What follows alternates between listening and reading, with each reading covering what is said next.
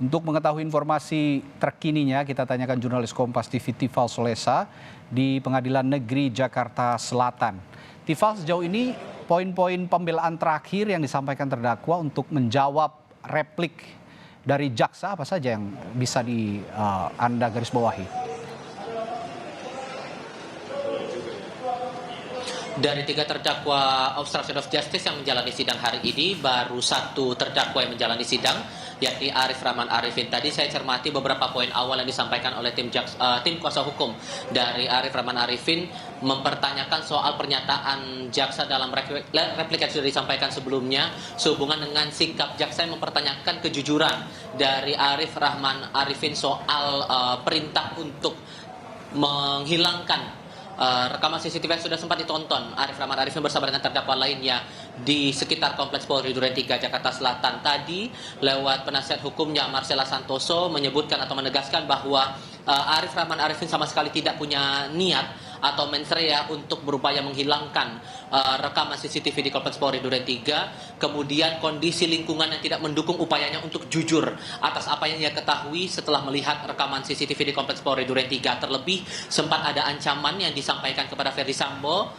dan Ferdy Sambo kepada dirinya waktu itu setelah menonton rekaman CCTV. Kalau kita ingat lagi diksinya waktu itu adalah kalau kemudian rekaman itu bocor, maka ia bersama dengan para terdakwa lainnya yang harus bertanggung jawab soal itu. Itu yang membuat akhirnya ia terpaksa untuk tidak mengikuti ataupun juga mengikuti kata hatinya dan mengikuti perintah atasan. Hal lainnya juga yang disampaikan di sini adalah dari Marcella Santoso menegaskan kejujuran terdakwa ini sudah disampaikan sejak awal, bahkan sebelum proses penyidikan ini dilakukan oleh pihak kepolisian untuk mengungkap kasus pembunuhan berencana terhadap Nofriansah Yosua Huta Barat di Kompleks Polri Duren 3 Jakarta Selatan. Nah, dari tim penasihat hukum juga menegaskan bahwa atas kejujuran terdakwa ini seharusnya jaksa penuntut umum berterima kasih karena ini bisa bermanfaat untuk membuka tabir dari kasus pembunuhan yang awalnya disebut skenario tembak-menembak antara Richard Eliezer dengan korban Nofriansah Yosua Huta Barat di Kompleks Polri Duren 3 Jakarta Selatan. Itu baru bagian awal dari duplik yang disampaikan oleh tim penasihat hukum Arif Rahman Arifin.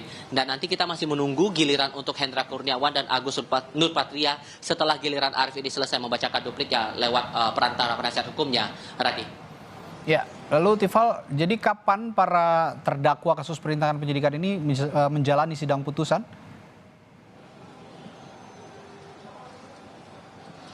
Untuk jadwal putusan bagi terdakwa Arif Rahman Arifin, Hendra Kurniawan, dan Agus Nurpatria masih harus menunggu giliran sidang ini selesai dilakukan untuk hari ini. Tapi setidaknya untuk kasus perintangan penyidikan atau obstruction of justice, jadwal yang sudah dipastikan adalah untuk 3 terdakwa dulu. Yang pertama adalah untuk Baikuni Wibowo, lalu Cuk Putranto dan Irfan Widianto. Baikuni Wibowo dan Cuk Putranto selepas melakukan penyampaian duplik kemarin di hari Rabu tanggal 8 Februari 2023, Majelis Hakim lewat Hakim Ketua Afrizal Hadi sudah menyampaikan jadwal sidang bagi keduanya nanti vonis dijatuhkan pada tanggal 24 Februari 2023. Sementara Irfan sudah lebih dulu mendapatkan jadwal sidang yakni pada di tanggal yang sama, di tanggal 24 Februari 2023, mengingat ia tidak menyampaikan nota duplik ataupun juga tanggapan atas replik yang disampaikan oleh jaksa penuntut umum dalam beberapa sidang sebelumnya. Sebagai pengingat saja bahwa Baikuni Wibowo dan Cuk Putranto ini awalnya dituntut oleh jaksa dipidana selama kurungan 2 tahun penjara ditambah dengan pidana denda sebesar 10 juta rupiah subsidiar 3 bulan kurungan. Untuk terdakwa lainnya Arif Rahman Arifin dan juga Irfan Widianto dituntut jaksa dengan kurungan penjara selama 1 tahun ditambah dengan denda 10 juta rupiah subsidiar 3 bulan kurungan. Sementara untuk Hendra Kurniawan dan Agus Nurpatria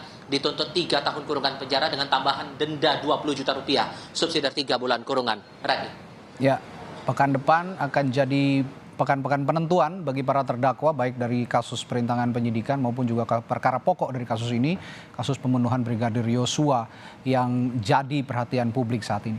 Baik, terima kasih Tifal Solesa melaporkan langsung dari Pengadilan Negeri Jakarta Selatan.